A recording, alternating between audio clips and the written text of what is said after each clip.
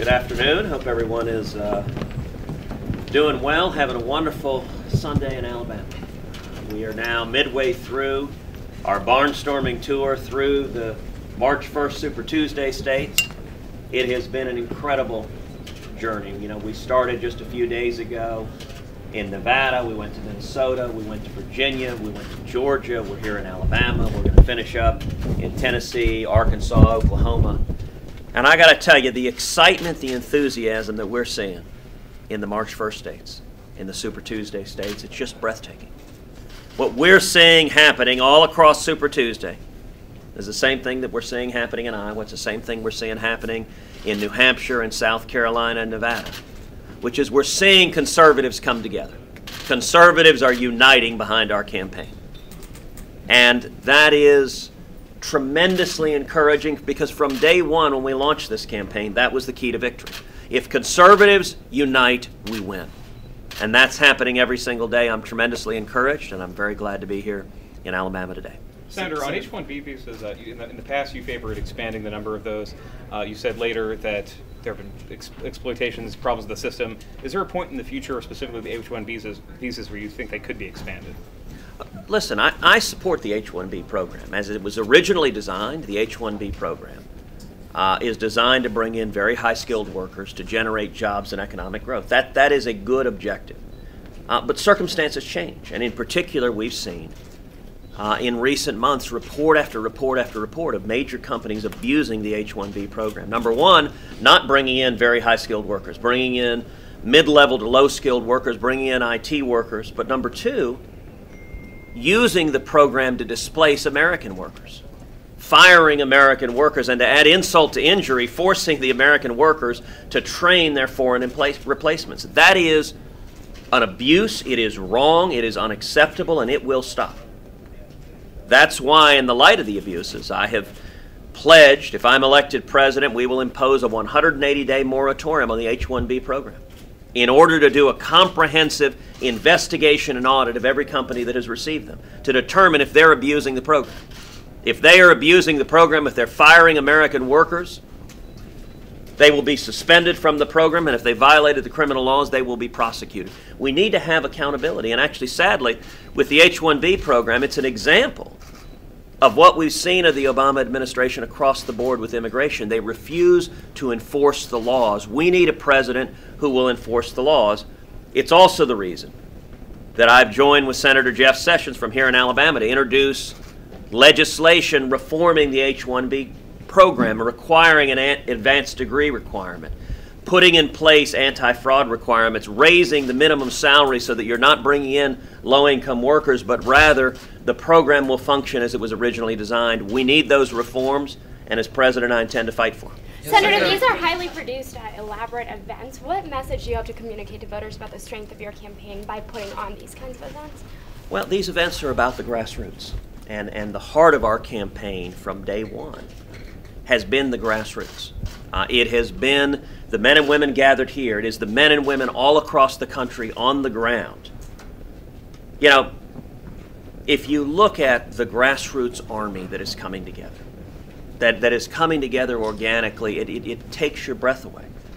We're the only campaign who has county chairmen in all 171 counties in the first 4 primary states, in Iowa and New Hampshire, in South Carolina and Nevada. In fact, we just announced yesterday we've opened up a college dorm in New Hampshire. We've already done that in Iowa.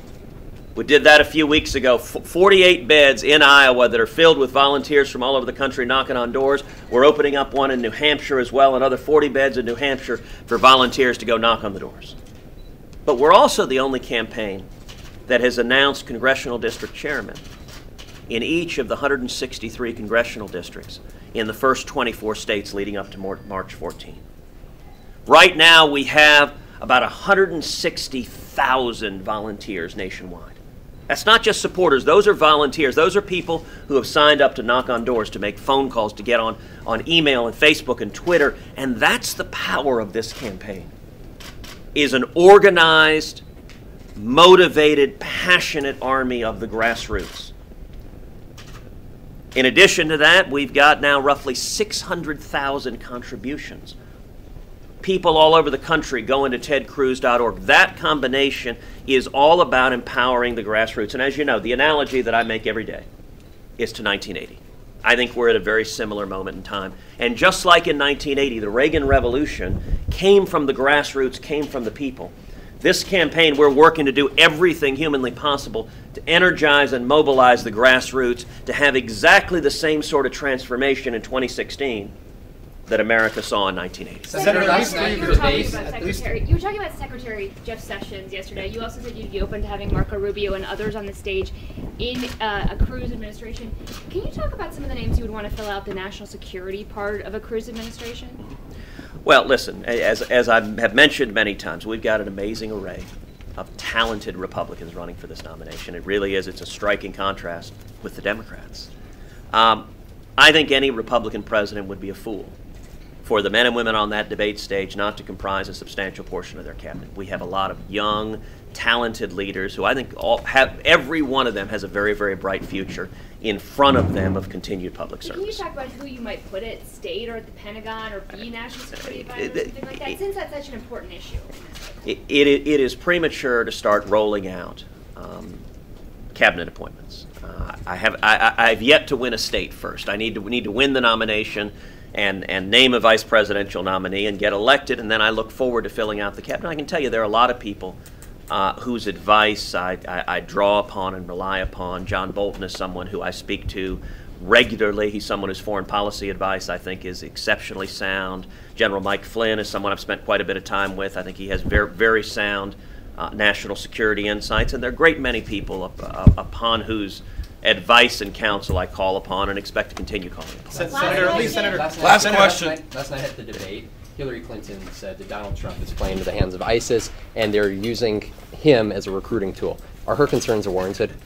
Well, I'm glad somebody was watching the Democratic debate last night. I didn't see her saying that. I actually went and watched last night the opening of Star Wars, which frankly was a reality far more realistic than whatever was said at the Democratic debate.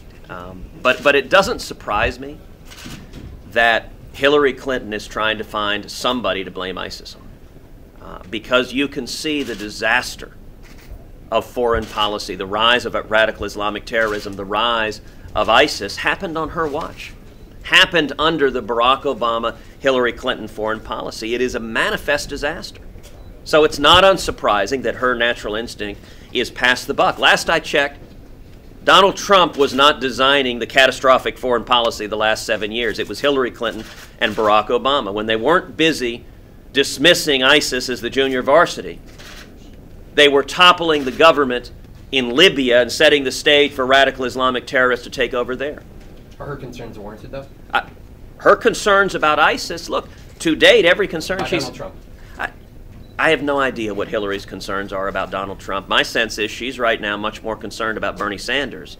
And listen, they're concerned that Donald Trump is playing and they are using ISIS as using Donald Trump as a recruiting tool. Is that unwarranted? I have no idea if she's concerned about that or not. I have no idea, no indication that ISIS is doing that. But what's obvious is that Hillary is trying to shift the blame. And this is something Hillary Clinton has spent decades doing. From back when you and I were in college, Hillary Clinton was in the Washington blame game, trying to shift blame somebody else. Listen, every region of the world has gotten worse under Hillary Clinton's leadership, under Barack Obama's leadership. Her foreign policy has been a disaster. So naturally, she's going to try to accuse a hotel developer in New York of being responsible for the chaos she's created. She's not going to be able to shift the blame. It is obvious her policies have not kept America safe. It is obvious her policies have undermined our friends and allies across the world. And it's obvious her policies have helped our enemies grow stronger. But the good news is all of that is going to change, and it's going to change in January 2017 when we have a new president in the White House who will stand with our friends and allies and who will stand up to our enemies. If I'm elected president, we will utterly and completely destroy ISIS. We will stop this patty cake. We will stop this political correctness. We will stop this nonsense, and we will utterly and completely destroy them. What'd you think? Thanks, guys. Appreciate it. Thank you. Star Wars was awesome. Although I have to say there's an image, and I'm not going to be a spoiler.